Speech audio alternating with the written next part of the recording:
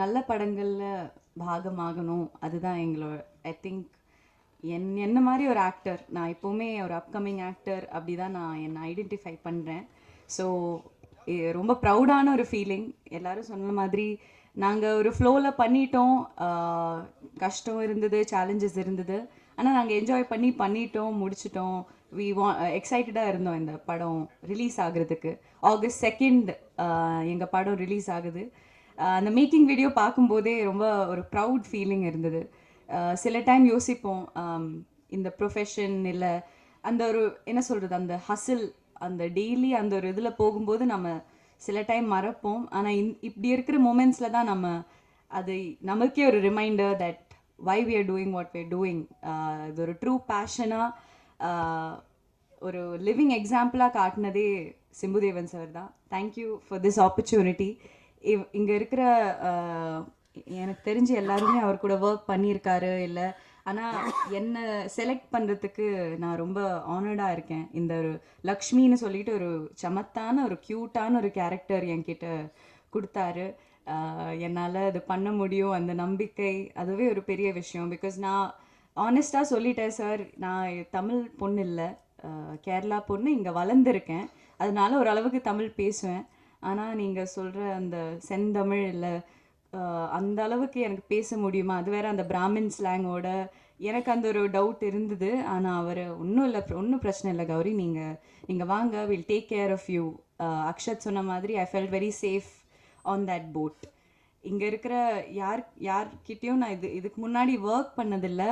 But அந்த ஒரு 10 பேரோட energy, it was like magic. அது எப்படி நாங்கள் ஒரு யுனைட்டடாக இருந்தோம் த்ரூ அவுட். இப்போது மதுவுக்காலாம் என் சொந்த அக்கா மாதிரியே I think I got a sister for life. சத்தியமாக சொல்கிறேன். அவங்க 1.5 வயசு குழந்தை கூட வந்தாங்க ஷூட்டுக்கு. ஆனாலும் ஷீ ஸோ எனர்ஜெட்டிக். 5 மாதம் அந்த அப்போ இப்போ 1.5 வயசு ஆச்சுன்னு நினைக்கிறேன், வளர்ந்துட்டான். பட் ரொம்ப ப்ரௌடாக இருந்தது as a woman to see her perform. அவ்வளோ பேஷனட்டாக இவ்வளோ வருஷம் எவ்வளோ பேர் கூட பெர்ஃபார்ம் பண்ணியிருக்காங்க. ஸோ எனக்கு தெரிஞ்சு எனக்கு ஒரு 96 மாதிரி ஒரு டெபியூ வந்தது, நான் ரொம்ப பிளெஸ்டாக இருக்கேன். ஆனால் எல்லாரோடையும் ஒரு ஜேர்னி பார்க்கும்போது இப்போ எல்லாரோட இப்போ அக்ஷத் இப்போ ஜஸ்ட் ஸ்டார்டட், பட் அவன் எவ்வளோ அண்டர்ஸ்டாண்டிங்காக கம்ப்ளீட்டாக he travelled with us in the movie. சில டைம் நான் யோசிப்பேன், குழந்தைங்கன்னா ரொம்ப கிராங்கியாக இருப்பாங்க, சும்மா டேண்ட்ரம்ஸ்லாம் த்ரோ பண்ணுவாங்க. ஆனால் இவன் ரொம்ப அண்டர்ஸ்டாண்டிங்காக, எங்களுக்கே பா இவனை மாதிரி ஆகணும்னு நினச்சோம். நான் நடிச்சிட்டு இருக்கானோ, நாங்கள்லாம் அப்பப்போ கம்ப்ளைண்ட் பண்ணும்போது இவன் ஜாலியாக நிம்மதியாக இருக்கான். சரி, ஓகே. மாதேஷ் சார் ரொம்ப அருமையான விஷுவல்ஸ். நான் சத்தியமாக எதிர்பார்க்கல. பிகாஸ் ஃபர்ஸ்ட் ஆஃப் ஆல் மானிட்டருங்கிற ஒரு விஷயமே இல்லை. நாங்கள் படகுல போனால் அவ்வளோதான். என்ன சொல்கிறது, ஷூட் கால் டைம் பேக்கப் சொல்லும்போது தான் நாங்கள் திருப்பியே வரோம். ஸோ மானிட்டரில் செக் பண்ணுறது இல்லை, எனக்கு மேக்கப் ஓகேவா, ஹேர் ஓகேவா. எனக்கு தெரிஞ்சு என்ன மாதிரி ஒரு ஹீரோயினுக்கு அந்த ஒரு என்ன சொல்கிறது வேனிட்டி இல்லை, நம்ம ரொம்ப பர்ஃபெக்டாக இருக்கணும், அதெல்லாம் தாண்டி நம்ம பர்ஃபார்மன்ஸில் கவனிக்கலாமே. அந்த ஒரு ஐடியாவே என்னை ரொம்ப ஆழமாக அது நான் I learned through this movie. So I am very very proud that ஒரு ஹீரோயின்னு சொல்லும்போது அவங்களோட லுக்ஸ் மட்டும் இல்லை, அவங்களோட பர்ஃபார்மன்ஸில் மெயினாக ஃபோக்கஸ் பண்ணாலே நம்ம ரொம்ப தூரம் போயிடலான்னு எனக்கு ஒரு கருதல் வந்தது. So thank you for that realization mister Simbudevan sir. நான் இப்போது இந்த ப்ரொடக்ஷனில் இது second movie. Mali and Manvi என்னை நம்பி இன்னொரு வாட்டி கதாநாயகியாக கூப்பிட்டுருக்காங்க. அடியே கூட எனக்கு தெரிஞ்சு லாஸ்ட் இயர் ஆகஸ்டில் தான் வந்தது. So I'm happy to be associated with them again. எப்போவுமே ஒரு it's a very enjoyable experience. Prem sir is a lovely person. அவர் கூட இன்னும் இந்த இண்டஸ்ட்ரிக்கே ஒரு நல்ல ப்ரொடியூசராக வரணும்னு I really wish from the bottom of my heart. So thank you. Ghibran sir இதுலேயும் நான் ஒரு பாட்டு பாடுற ஒரு கேரக்டர் தான். So his music has been really good. நான் இல்லைனாலே ஐம் அ ஃபேன். ஆனால் அந்த ஒரு ஃபோக்லோர் கானா பாட்டு கலந்த ஒரு என்ன சொல்கிறது கச்சேரின்னு சொல்லலாம் நான் பண்ண பாட்டு. நான் ரொம்ப என்ஜாய் பண்ணி தான் அதை நடித்தேன். இல்லை, யூஸ்வலாகவே எனக்கு பாடுற மாதிரி நடிக்கிறது ரொம்ப பிடிக்கும். என் பிகினிங்கே அப்படி தான் இருந்தது. So this was really fun.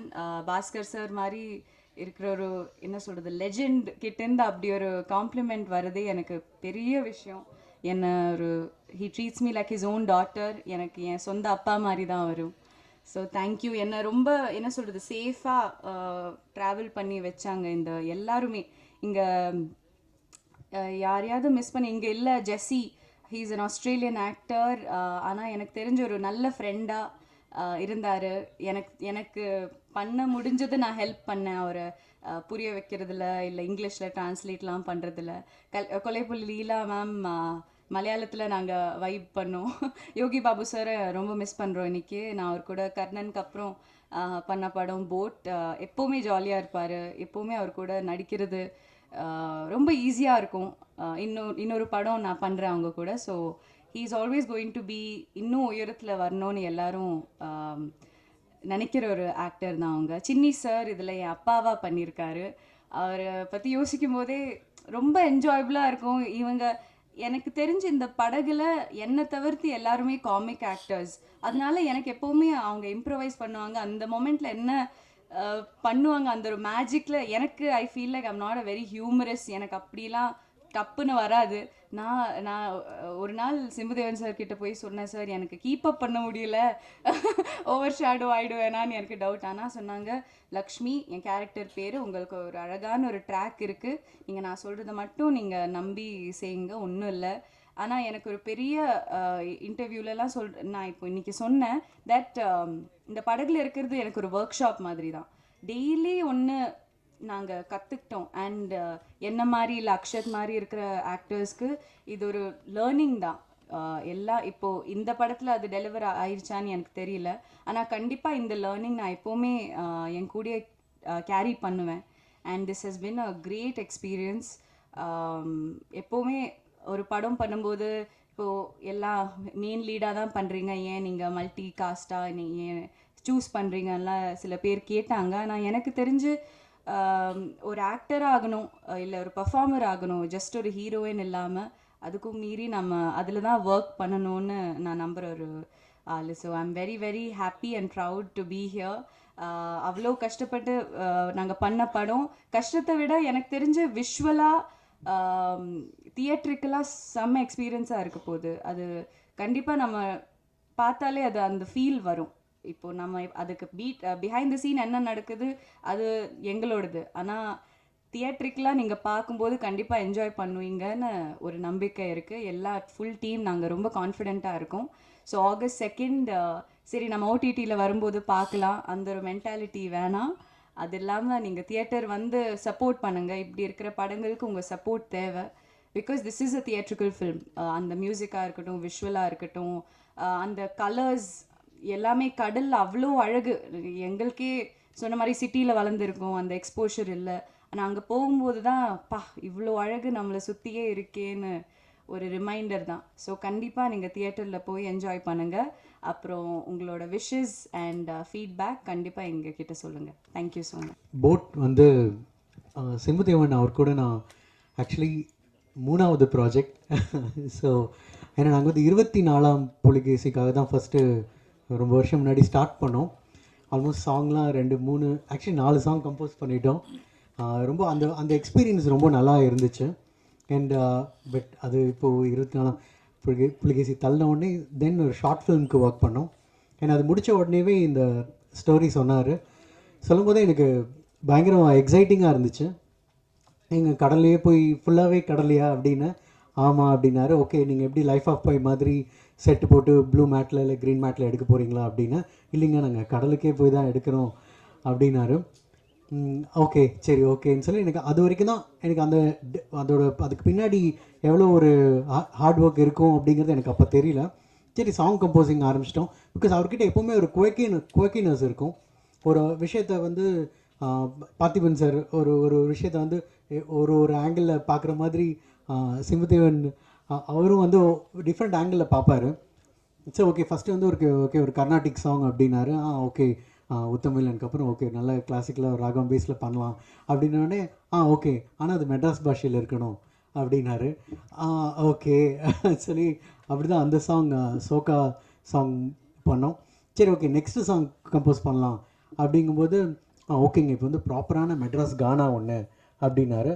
ஓகேங்க, பட் இது வந்து கர்நாடிக் ஸ்டைலில் அந்த சரி சரி கம கமலாம் இருக்கணும் அப்படின்னாரு. ஸோ ஓகே, பட் இந்த கான்ட்ராஸ்ட் பயங்கர சேலஞ்சிங்காக இருந்துச்சு.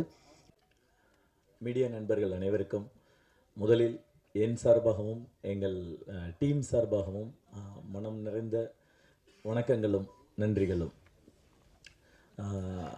நான் பர்சனலாக சொல்லணுன்னா எனக்கு புலிகேசியில் தொடங்கி இத்தனை படங்களாக என்னுடைய ஒவ்வொரு மொமெண்ட்டையும் என்கரேஜ் பண்ணி என்னை வாழ்த்தி என்னை இவ்வளோ தூரம் கூட்டிகிட்டு வந்தது மீடியா தான்.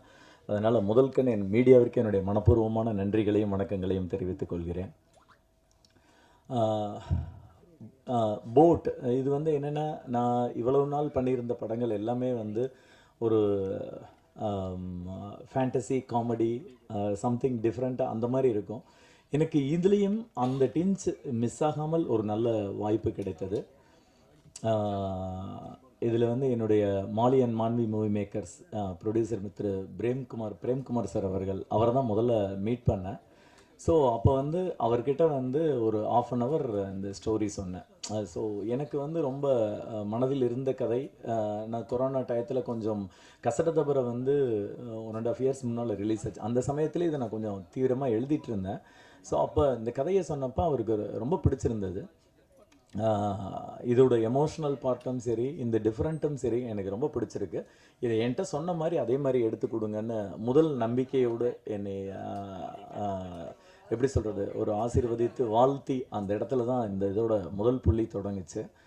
ஸோ ஈவன் நானுமே இதில் வந்து ஒரு ப்ரொடக்ஷனாகவும் உள்ள ஜாயின் பண்ணியிருக்கேன் இந்த இதில். அதுக்கப்புறம் வந்து இந்த கதையை வந்து சரி ஹீரோவாக யார் பெட்டராக இருக்கும் அப்படிங்கும்போது திரு யோகி பாபு அவர்களோட தான் நான் ஏற்கனவே பேசிகிட்டு இருந்ததும். ஸோ அவரையுமே ஒரு முறை வந்து நான் இந்த மாதிரி கதையை சொல்கிறேன்னு அவர்கிட்டையும் ஒரு சின்ன அளவு தான் சொன்னேன். அவருக்கு ரொம்ப பிடிச்சிருந்தது. சார் இதை நாங்கள் கண்டிப்பாக நம்ம பண்ணுவோம், இதுக்கு என்னவோ அதை நீங்கள் ப்ராசஸ் பண்ணேன். ஸோ அதன் பிறகு வந்து எல்லாமே கடன் நடந்தது. முக்கியமாக வந்து இன்றைக்கி வரல சிலர், பட் அதை தாண்டி இதில் எம்எஸ் பாஸ்கர் சார், அப்புறம் சின்னி சார், கௌரி வந்து ஒரு முக்கியமான ஹீரோயினாகவும் ப்ளஸ் வந்து ஒரு முக்கியமான அவங்க கேரக்டர் ரொம்ப அழுத்தமானதாக இருக்கும். ப்ளஸ் வந்து மதுமிதா, சாம்ஸு, அக்ஷத், சாரா, அப்புறம் வந்து இந்த ஒரு பிரிட்டிஷ்காரருக்கு வந்து ஜெர்மன் மிஸ்டர் ஜெஸ்ஸி அப்படின்னு சொல்லி அவரை கொஞ்சம் காண்டாக்ட் பண்ணி அவர் உள்ளே வந்தார். அப்புறம் பாட்டி கேரக்டருக்கு வந்து கொல்லப்புலி லீலா, அவங்க வந்து அப்படி ஒரு அற்புதமான ஆர்டிஸ்ட். அவங்க வயசுக்கு அவ்வளோ டெடிக்கேட்டடாக ஒர்க் பண்ணுவாங்க. ஸோ இப்படி மாதிரி என்ன ஆர்டிஸ்ட்டுகள் எல்லாருமே ஒரு பக்கம் சேர்ந்தோம். இன்னொரு பக்கம் வந்து டெக்னிக்கலி அப்படிங்கும்போது எனக்கு வந்து என் நண்பர் மூலமாக எஸ்ஆர் கதிர் அவர்கள் மூலமாக மாதேஷ் மாணிக்கம் இதில் வந்து ஜாயின் பண்ணார். ஸோ என்னென்னா இந்த படத்தை பொறுத்த வரைக்கும் இசையும் கேமராவும் ரொம்ப இம்பார்ட்டண்ட்டாக இருக்கும். ஏன்னா இது வந்து கடல் பற்றி எனக்கும் தெரியாது. இதுக்கு முன்னால் அந்த அனுபவம் எல்லாரை போலவும் நானும் வந்து கடல் அப்படிங்கிறது நம்ம பீச்சில் போய் கால் நினைக்கிறது அளவுக்கு தான் தெரியும். ரொம்ப போச்சுன்னா இன்னொரு 10 அடி உள்ளே போய் குளிச்சிருப்போம், அவ்வளோதான் தெரியும். பட் அதை தாண்டி எனக்கு தெரியாதனால என்னுடைய இதில் என்ன கஷ்டங்கள் வரப்போகுதுன்னு எனக்கு தெரியாது. அதனால வந்து என்னுடைய டீம் வந்து ஸ்ட்ராங்காக இருக்கணும்னு ஃபீல் பண்ணேன். ஸோ மாதேஷ்கிட்ட முதல் தடவை சொன்னப்பவே இதில் நம்ம நிறைய ஹடில்ஸ் மீட் பண்ண வேண்டியிருக்கோம். ஏன்னா அப்போ நான் லொக்கேஷன் கூட பார்க்கல. ஆனால் கதையை மட்டும் நான் உட்காந்து எழுதிட்டுருக்கேன். ஒரு டேபிளில் கதை எழுதுறது ஈஸி, பட் அதை எக்ஸிக்யூட் பண்ணும்போது அதில் இருக்க சிரமங்கள், அதை வந்து நம்ம இந்த கேன்வாஸ்க்கு கொண்டு வர்றதுக்கு வேறு சில மெனக்கெடல்கள் வேணும். அது ரொம்ப கஷ்டம்னு தெரியும். ஆனால் நான் அப்போ அதை யோசிக்கலை. அவங்க 2 பேரும் அண்ட் வந்து ஆர்ட் டைரக்டர் வந்து மிஸ்டர் டி சந்தானம், அவர் இப்போது நம்மிடையே இல்லை, மறைந்து விட்டார். பட் அவர் தான் வந்து இந்த படத்துக்கான பேசிக் எல்லாத்தையுமே ஒரு மாதிரி ஸ்டார்ட் பண்ணி கொடுத்தது. அண்டு எடிட்டர் வந்து தினேஷ் பொன்ராஜ். ஸோ இப்படியான டீம் எனக்கு பக்கபலமாக இருந்தது. ஸோ அதுக்கு பிறகு வந்து ஒரு கட்டத்தில் வந்து இந்த கதை எல்லாத்தையுமே முடித்தால் வந்து என்னென்ன கதைப்படி வந்து 3 நாள் வந்து அந்த போட் வந்து உள்ள கடலில் இருக்குது.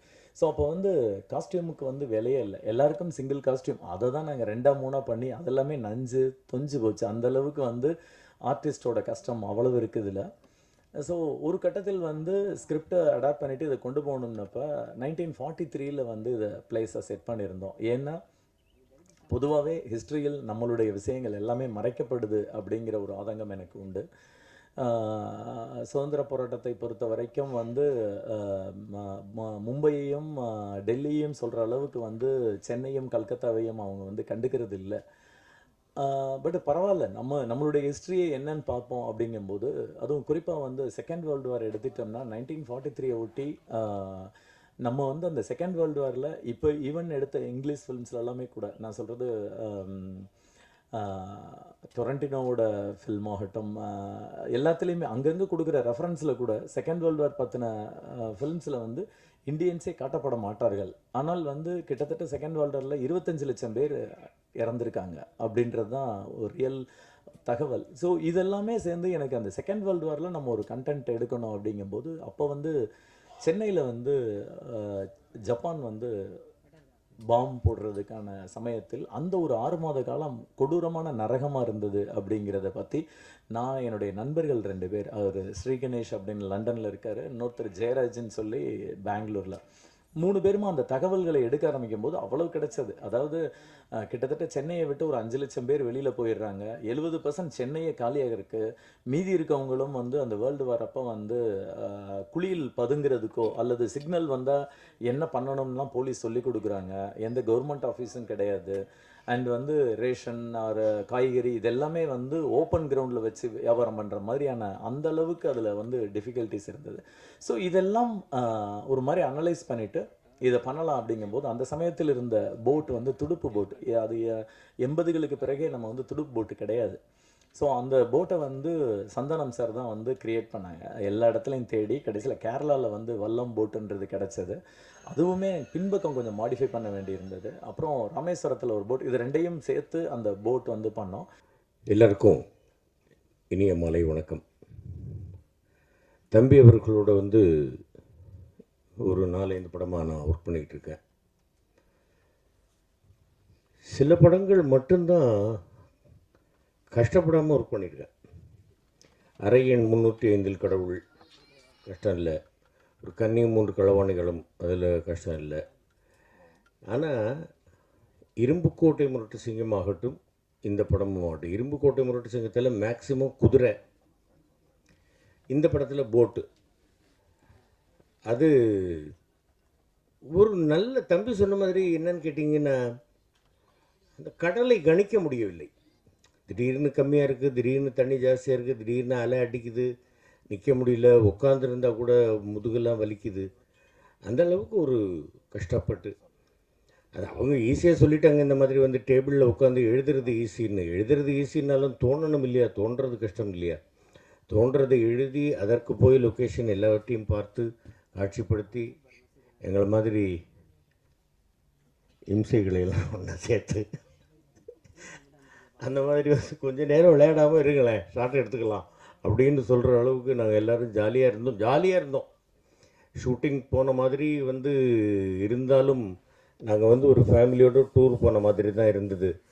முக்கியமாக சொல்லணுன்னாக்கா எச்சாம்ஸு, அதுக்கப்புறமா மதுமிதா, கௌரி, அப்புறம் அந்த சின்ன குழந்தை, அந்த பையன், மச்சான் சின்னி ஜெயந்த், தம்பி யோகி பாபு, எல்லாருமா நாங்கள் போயிட்டு வந்து அந்த போட்டில் இருந்துக்கிட்டு ஒரே இது, எங்கேயும் நகர முடியாது. அது உள்ளே இருக்கும், இறங்கி போகிறதுக்கு என்ன தண்ணியில் இறங்கி போகிறதுனாக்கா எப்படி அப்புறம் ட்ரெஸ்ஸு நனைஞ்சு போய்டும். அந்த மாதிரி எல்லாம் கஷ்டம் இருக்குது. அலையடிச்சதுனாக்கா ட்ரெஸ்ஸு நனைஞ்சிரும்.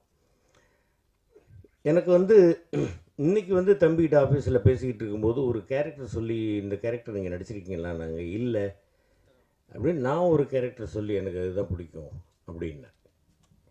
இல்லை அப்படி இல்லை, உங்களுக்கு பிடிக்கிறதுங்கிறது இல்லை, நீங்கள் வந்து எந்த கேரக்டராக இருந்தாலும் நீங்கள் ஏற்று நடிக்கணும் அப்படின்னாங்க. அந்த மாதிரி இதில் வந்து எனக்கு அவர் சொல்லும் பொழுது நான் வந்து யாரை என்னுடைய குருநாதராக நான் நினைத்திருக்கிறேனோ அவருடைய சீடனாகவே நடிக்கக்கூடிய ஒரு கேரக்டர். அது படம் பார்த்துக்கோங்க, படம் பார்த்துட்டு சொல்லுங்கள். ரொம்ப நான் ரசித்து பண்ணிய கேரக்டர்களில் இதுவும் நிச்சயமாக ஒரு முக்கியமானது. அற்புதமான வேடம், அருமையான ஒரு வேடம், உணர்ந்து நடிக்கக்கூடிய ஒரு வேடம். அதில் எல்லா ஆர்டிஸ்டுகளோடும், சகோதர சகோதரிகளுடைய உதவியோடும், கேமராமேன் சாருடைய ஒரு ஒத்தாசையோடும், தம்பி அவர்களுடைய ஒரு வழிகாட்டுதலோடும் ரொம்ப பிரமாதமாக இந்த கேரக்டர் வந்து ஒரு நல்ல பேர் வாங்கி கொடுக்கக்கூடிய ஒரு கேரக்டராக எனக்கு அமைஞ்சிருக்கு அப்படின்னு நான் நம்புகிறேன். And I felt like family when I was in the boat. Very hard, like sunlight எல்லாமே. ஸோ என்ன சொல்லணும்னு தெரில. So that's all. Thank you. First என்னோடய டைரக்டர் சார் சிம்புதேவன் சாருக்கு நன்றி சொல்லிக்கிறேன். அடுத்து என்னோடய ப்ரொடியூசர்ஸ் பிரபா, பிரேம்குமார் அவர்களுக்கு நன்றி. இந்த டீமில் என் கூட இருந்த ஒவ்வொருத்தருக்கும் ஆல்ரெடி நாங்கள் முன்னாடியே படங்களில் மீட் பண்ணியிருக்கோம், நிறைய பேரை பார்த்துருக்கோம், நிறைய பேர் கூட ஒர்க் பண்ணியிருக்கோம். ஆனாலும் இந்த படம் வந்து ஒரு சேலஞ்சிங்காக, ஒரு பயங்கர ஒரு நல்ல எக்ஸ்பீரியன்ஸாக இருந்தது. மேக்கிங் பற்றி நாங்கள் சொல்ல வேண்டியதில்லை, அதுக்காக இவ்வளோ ஒரு சர்ப்ரைஸான ஒரு வீடியோ கொடுத்துருப்பாங்கங்கிறது எதிர்பார்க்கவே இல்லை. எங்களோட ஒவ்வொரு முயற்சியும் ஒவ்வொரு உழைப்பும் எல்லாமே அந்த மேக்கிங்கில் நீங்கள் பார்த்துருப்பீங்க. சாரோட டைரக்ஷனில் நான் பண்ணுற 2வது படம் இது. புலியில் நான் ஒர்க் பண்ணியிருக்கேன். அதில் full and fully comedy role கொடுத்தாங்க. அதுக்கப்புறம் இந்த படத்துக்கு கூப்பிடும்போது அவங்க சொன்னது யூஸ்வலான காமெடியாக இருக்கக்கூடாது, கொஞ்சம் சட்டிலாக இருக்கணும், இமோஷனான நிறைய சீன்ஸ் இருக்குது, அதுலேயும் பெட்டராக பண்ணணும் அப்படின்னு சொன்னாங்க. அது நான் வந்து ஓகே, ரொம்ப எப்பயும் ஷூட்டிங் போகிறோம், அந்த மாதிரி இந்த ஷூட்டிங்கும் ஒரு மாதிரி இருக்கும் போது கடலில் என்ன 2 நாள் 3 நாள் எடுப்பாங்களா அப்படின்னு நினச்சோம். ஆனால் உண்மையாக சொல்கிறோம், அந்த எக்ஸ்பீரியன்ஸ் வந்து இதுக்கப்புறம் தமிழ் சினிமாவில் வேறு யாருக்காவது கிடைக்குமான்னு நினச்சா கிடையவே கிடையாது. அந்த ஒரு எக்ஸ்பீரியன்ஸ் வந்து எங்கள் டீமுக்கும் எங்களோட ஆர்டிஸ்டோட டீமுக்கும் க்ரூவுக்கும் மட்டும்தான் கிடச்சிருக்குன்னு நினைக்கும் போது ரொம்ப ரொம்ப பெருமையாக இருக்குது. நாங்கள் பட்ட ஒவ்வொரு கஷ்டமும் முயற்சியும் உழைப்பும் அந்த கடலுக்கும், முழுமையாக சொல்லணும்னா அந்த கடல் பக்கத்தில் எல்லாரும் வெவ்வேறு மதத்தினர் இருந்தாலும் ஒரு அந்தோனியோ சர்ச் இருக்கும். டெய்லி காலையில் போன உடனே எல்லாரும் போயிட்டு அவருக்கு ஒரு கும்பிடு போட்டுட்டு ஆரம்பிப்போம். ஒவ்வொரு நாளும் ஆரம்பத்தில் 3-4 நாள்னா ரொம்ப ரொம்ப அடடா என்னடா அது செம்ம வெயில், 6 மணிக்கெலாம் அப்படி ஒரு வெயில் இருக்கும். அதுக்கப்புறம் என்ன பண்ணிக்கிட்டோம், நாங்கள் எங்களுக்குள்ளே அதை ஃபன்னாக்கிக்கிட்டு சாரை போயிட்டு பயங்கரமாக எங்களால் என்னென்னலாம் கலாய்க்க முடியுமோ, அதாவது ஆஃப் த கேமரா பயங்கரமாக எங்களுக்குள்ளேயே ஒரு காமெடியை க்ரியேட் பண்ணிக்கிட்டு நிறைய ஃபுட்டு வரும் யோகி பாபு சார்கிட்ட இருந்து, அதுக்கப்புறம் MS பாஸ்கர் சார்கிட்ட. ஏன்னா அந்த கப்பலுக்குள்ளே உட்காந்துட்டோன்னா, அந்த படகுக்குள்ளே உட்காந்துட்டோன்னா உண்மையாகவே கஷ்டமாக இருக்கும், அப்படி திரும்ப முடியாது, அப்படி கஷ்டமாக இருக்கும். ஒருத்தவங்க உட்காரும் போது இன்னொருத்தவங்களுக்கு இடம் பத்தாது, அவங்க தொட மேலே நம்ம கால் வைக்கிற மாதிரி இருக்கும். அந்த மாதிரி ஒரு நெருக்கத்துக்குள்ளே தண்ணி எது கொண்டு வரனாலும் அங்கேருந்து அந்த கப்பலை பிடிச்சிட்டு இருக்க அவங்க ரொம்ப ரொம்ப கஷ்டப்பட்டாங்க, அவங்க போய் கொண்டு வரணும். ஸோ அந்த மாதிரி வரும்போது இஷ்டத்துக்கு நல்லா சாப்பிட்டுட்டு, சார் போதுமா உங்கள் பிரேக் டைம் முடிஞ்சுதான் எடுக்கலாமா அப்படின்னு சொல்கிற அளவுக்கு நாங்கள் வந்து ஃபன் பண்ணியிருக்கோம்.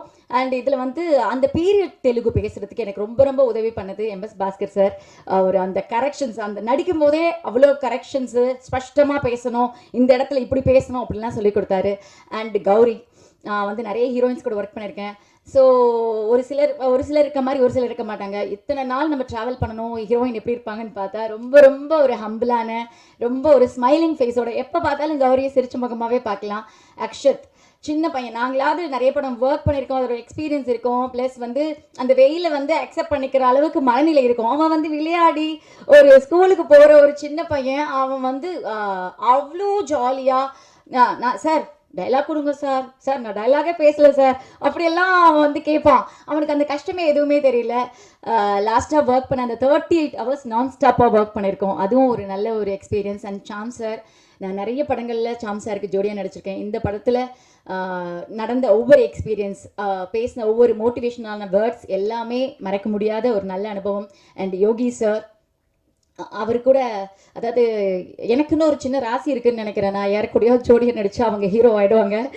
சந்தனம் சார் கூட ஜோடியாக நடிச்சு அவர் ஹீரோ ஆகிட்டாரு, சூரி சார் கூட ஜோடியாக நடிச்சு அவர் ஹீரோ ஆகிட்டாரு, பாபு சார் கூட நான் எப்போவோ ஜோடியாக நடிச்சிருக்கேன், கடவுள் புண்ணியத்தில் அவரும் ஹீரோ ஆகிட்டாரு.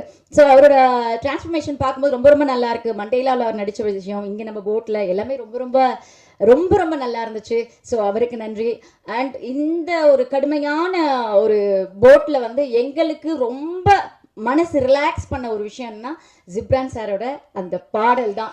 அந்த பாடல் வந்து கௌரி மட்டும் இல்லை, எல்லாருக்குமே மனப்பாடம் ஆகிற அளவுக்கு ரசித்தோம். ரொம்ப நல்லா இருந்துச்சு அந்த பாட்டு, கேட்கும் போதும் ஒவ்வொரு தடவையும் இனிமையாக இருக்குது.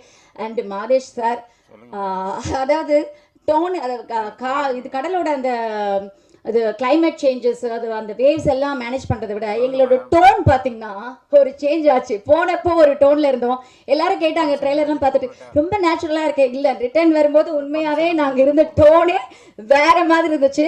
தூத்துக்குடி ஏர்போர்ட்டில் ஃபர்ஸ்ட் ஷெடியூல் முடிச்சு போகிறோம், ரிட்டன் போகிறோம். அப்போ வந்து மாஸ்க் தான் போட்டிருந்தேன். அங்கே வந்து செக் பண்ணுறாங்களே, மாஸ்க் எடுக்க சொன்னோடனே ஒரு லேடி போலீஸ் வந்துட்டு, மேடம் ஐயோ என்னாச்சு மேடம் உங்களுக்கு, ஏன் இப்படி ஆயிட்டீங்க அப்படின்னு கேட்டாங்க. எனக்கு ஒரு நிமிஷம், எல்லாரும் கூட இருக்கிறவங்க வந்து எனக்கு தெரியும் எல்லாரோட ஸ்கின் டோனும் மாறிடுச்சு அப்படின்னு. அதில் வந்து நான் ரொம்ப பேடாக இருந்தேன்னு எனக்கு தெரியும். ஆனால் இவங்க யாருமே வந்து நல்லா இருக்கு நல்லா இருக்கு நல்லா இருக்கு அப்படி சொல்லிட்டே இருந்தாங்க. அவங்க கேட்ட உடனே அடடா என்ன அப்படின்னு, முதல்ல போயிட்டு டாக்டரை பாருங்க மேடம் அப்படின்னு நான் சொன்னேன். இல்லைங்க ஒரு ஷூட் போயிட்டு வரோம் அதனால தான் இப்படி ஆச்சு அப்படின்னு சொல்கிற அளவுக்கு. பட் அப்போ அது வந்து கொஞ்சம், ஏன்னா பெண்கள்னாலே ஒரு அழகு ரொம்ப முக்கியம்னு உங்களுக்கு தெரியும். அப்படி இருக்கும்போது இதெல்லாம் நாங்கள் ரொம்ப மேனேஜ் பண்ணி எல்லாருமே நிறைய எஃபர்ட்ஸ் போட்டிருக்கோம். ஸோ இந்த படம் ஆகஸ்ட் 2ஆம் தேதி வருது. உங்கள் எழுத்துக்கள், உங்களோட வார்த்தைகள் எல்லாமே எங்களுக்கு வெற்றியை தரணும். தொடர்ந்து இந்த மாதிரி சார் நிறைய படங்கள் டைரக்ட் பண்ணணும், நாங்கள் அவங்க படத்தில் நடிக்கணும். ஸோ எல்லாரும் ஆகஸ்ட் 2ஆம் தேதி படம் பார்த்துட்டு உங்களோட நல்ல கருத்துக்களை சொல்லுங்கள். Thank you so much. அன்புக்குரிய இயக்குனர், பாசத்துக்குரிய இயக்குனர், என்னுடைய ஃபேவரைட் இயக்குனர் சிம்பு தேவன் சாரோடு நான் இணையும் 3வது படம். முதல் படம் அரியன் 305 கடவுள். அதில் ஜாவா சுந்தரேசன் ஒரு அருமையான ஒரு ரோல் கொடுத்தாரு. எனக்கே என்னுடைய பேரை சாம்ஸுக்கு பதிலாக ஜாவா சுந்தரேசன் வச்சிடலாமா அப்படின்ற அளவுக்கு குழப்பம் வர அளவுக்கு அவ்வளோ போகிற இடத்துலலாம் ஐடி ஃபீல்டெலாம் இருக்கிறவங்க அவ்வளோ கொண்டாடுற மாதிரி ஒரு ரோல். அடுத்தது இரும்பு கோட்டை முரட்டு சிங்கம், ஒரு டிரான்ஸ்லேட்டர் ரோல், லீன்ற ஒரு கேரக்டர் கொடுத்து அற்புதமான ஒரு ரோல். இன்றைக்கும் அதை நினச்சி என்னை பாராட்டிட்டு இருக்கிறப்ப எனக்கு அவ்வளோ சந்தோஷமாக இருக்குது. 2 படம் லட்டு மாதிரி இப்படி கொடுத்துருக்காரு. 3வது படம் அதையும் தாண்டி இந்த லால் சேட் அப்படின்ற ஒரு கேரக்டர் இந்த 2ஐ விட இன்னும் பேசப்படும் அப்படின்னு நான் நம்புகிறேன். இந்த அற்புதமான ரோல் கொடுத்ததுக்காக சிம்பு தேவன் சாருக்கு என்றென்றும் என் நெஞ்சார்ந்த நன்றிகள். இந்த படத்தோட சில விஷயங்கள்லாம் சொல்லணும்னு ஆசைப்பட்றேன்.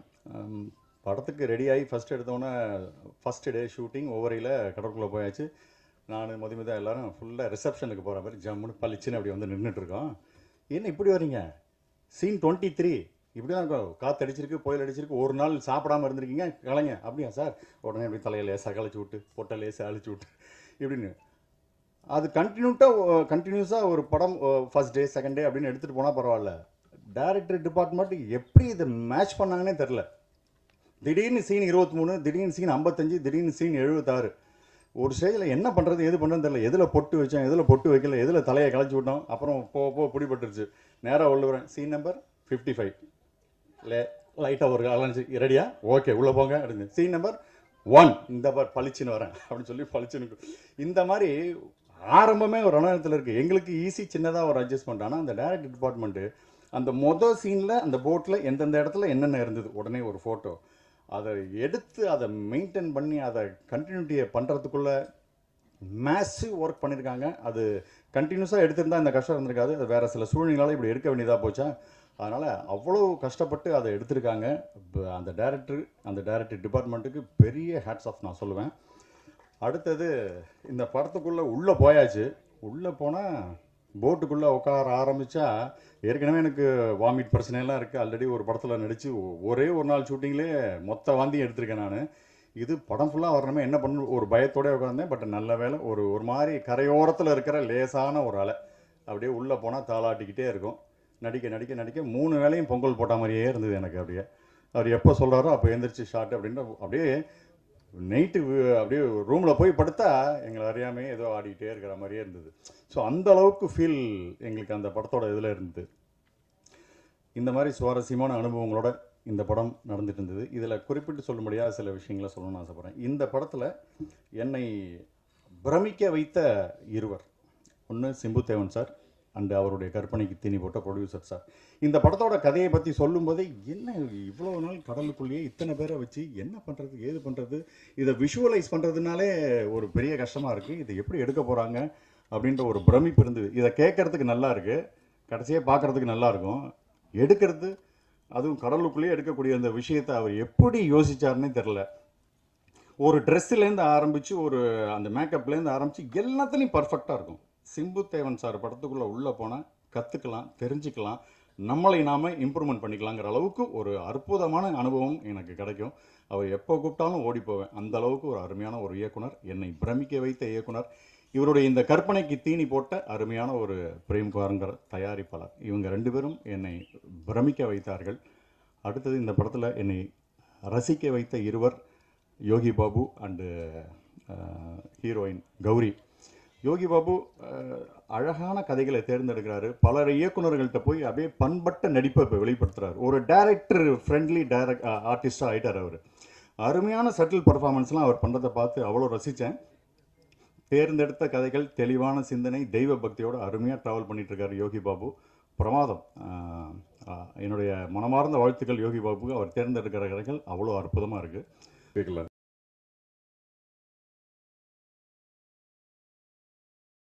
சிம்புதேவன் சார், சொல்லுங்கள். உங்கள் 20 வருஷம் ஆகிட்டு நீங்கள் இது வரைக்கும் 5-6 படம் தான் எடுத்திருக்கீங்க.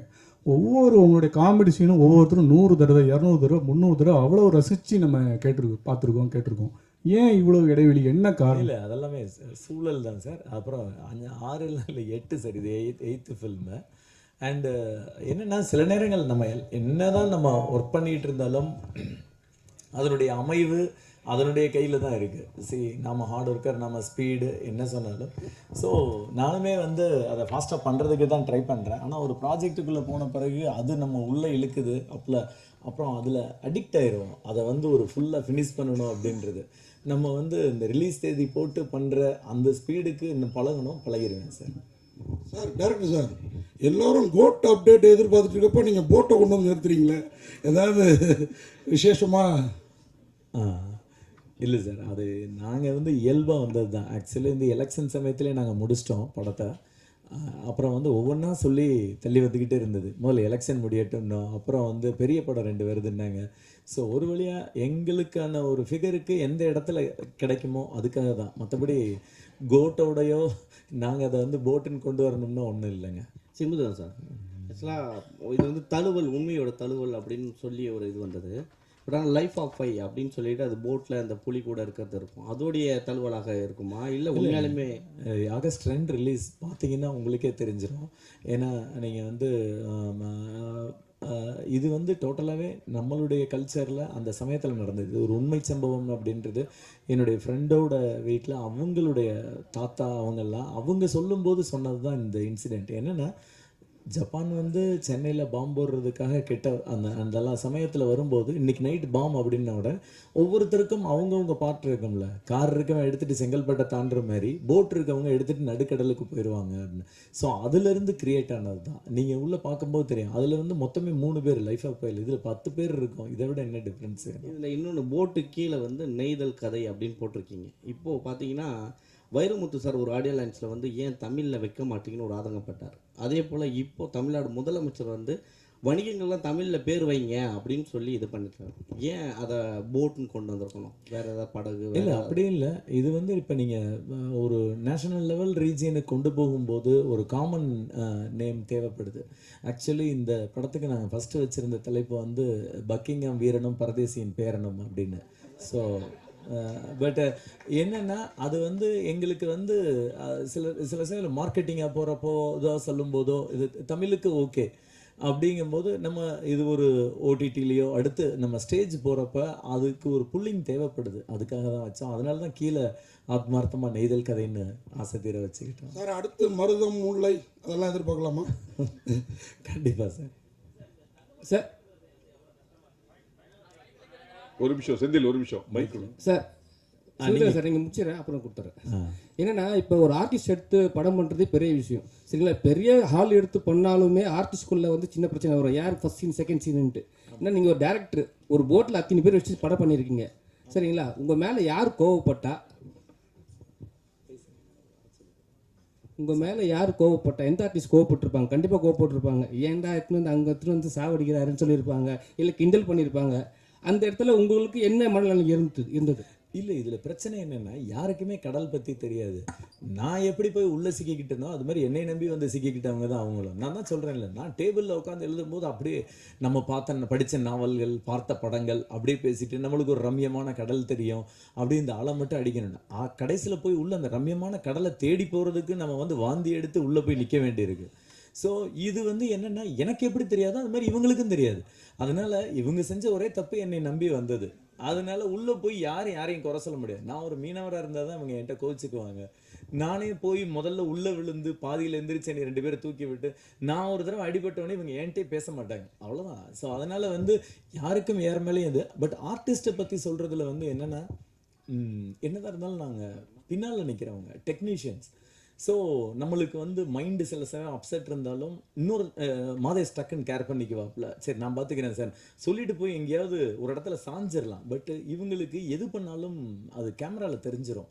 அப்போ இவங்க தங்களுக்குள்ளே ஏற்படுற அந்த நாபிக்கவலத்திலேருந்து வர்ற வாந்தியை அடக்கி அதுக்கு ஒரு போராட்டம் பண்ணி, இன்னும் சொல்லப்போனால் அவங்க லைட்டாக ஸ்டார்ட் பண்ணி விட்டாங்க. உள்ளே எனக்கு ரொம்ப நாளாக உள்ளே ஏதாவது காமெடி பண்ணிகிட்டு இருப்பாங்க, சிரிச்சிட்டு இருப்பாங்க. எனக்கு அது சுத்தமாக பிடிக்காது. சரி ரைட்டு, அவங்களுடைய மூடுக்கு ஏதோ பண்ணுறாங்க. அதே மாதிரி அதுக்கு பேர் யோகி கிச்சன்னே பேர் வச்சுருந்தேன். அவர் ஏதாவது ஒன்று கொண்டு வந்துக்கிட்டே இருப்பார், எல்லாரும் மொக்க போடுவாங்க. நம்மளுக்கு இங்கே நம்மளுக்கு கண்ணில் பார்க்குறப்ப தெரியாது, மானிட்டரில் பார்க்குறப்ப, ஏன் டப்பிங்கில் வந்து பார்க்குறோம் ஒரு எமோஷனல் சீனில் ஆட்சிக்கு வந்து வாயில் பனங்கிழங்கு ஒட்டியிருக்கு, அந்த ஷார்ட்டே யூஸ் பண்ண முடியல. ஸோ இதெல்லாம் என்னென்னா, நான் அவங்க கூட போய் உட்காந்து ஒரு க்ளோஸ்அப் ஷாட்டுக்கு உட்காரும்போது ஹெவி வேவ். அப்போ தான் தெரியுது நம்மளுக்கு அடுத்த 5வது நிமிஷத்தில் ஒரே கான்சன்ட்ரேஷனில் இருந்தால் மைண்டு போயிடுது. அவங்க தங்களை டிவியேட் பண்ணிக்கிறதுக்காகத்தான் இவ்வளவும் பண்ணியிருக்காங்க. அந்த டிவியேஷன் இல்லாமல் எல்லாரும் புத்த பீச்சு மாதிரி உட்காந்துருந்தா 10 நிமிஷம் கூட இருக்க முடியாது. ஸோ அந்த இடத்துல தன்னை அடாப்ட் பண்ணிக்கிறதுக்காக அவ்வளவு போராட்டங்கள், அதுக்கு என்னென்னமோ ஒன்றுமே இல்லைன்னா அவங்க யாராவது ஒரு ஆள் பேசி அதுக்கு ஒரு கமெண்ட் சொல்லி இந்த உலகத்தை பற்றி என்ன நினைக்கிறேன் ஏதோ ஒன்று போயிட்டு இருக்கும் உள்ள. அதுக்கு காரணமே அதான். ஸோ அதனால் ஆர்டிஸ்ட் யாரும் ஒன்றும் எனக்கு தெரிஞ்சு யாரும் என்னை டைரெக்டாக திட்டலை.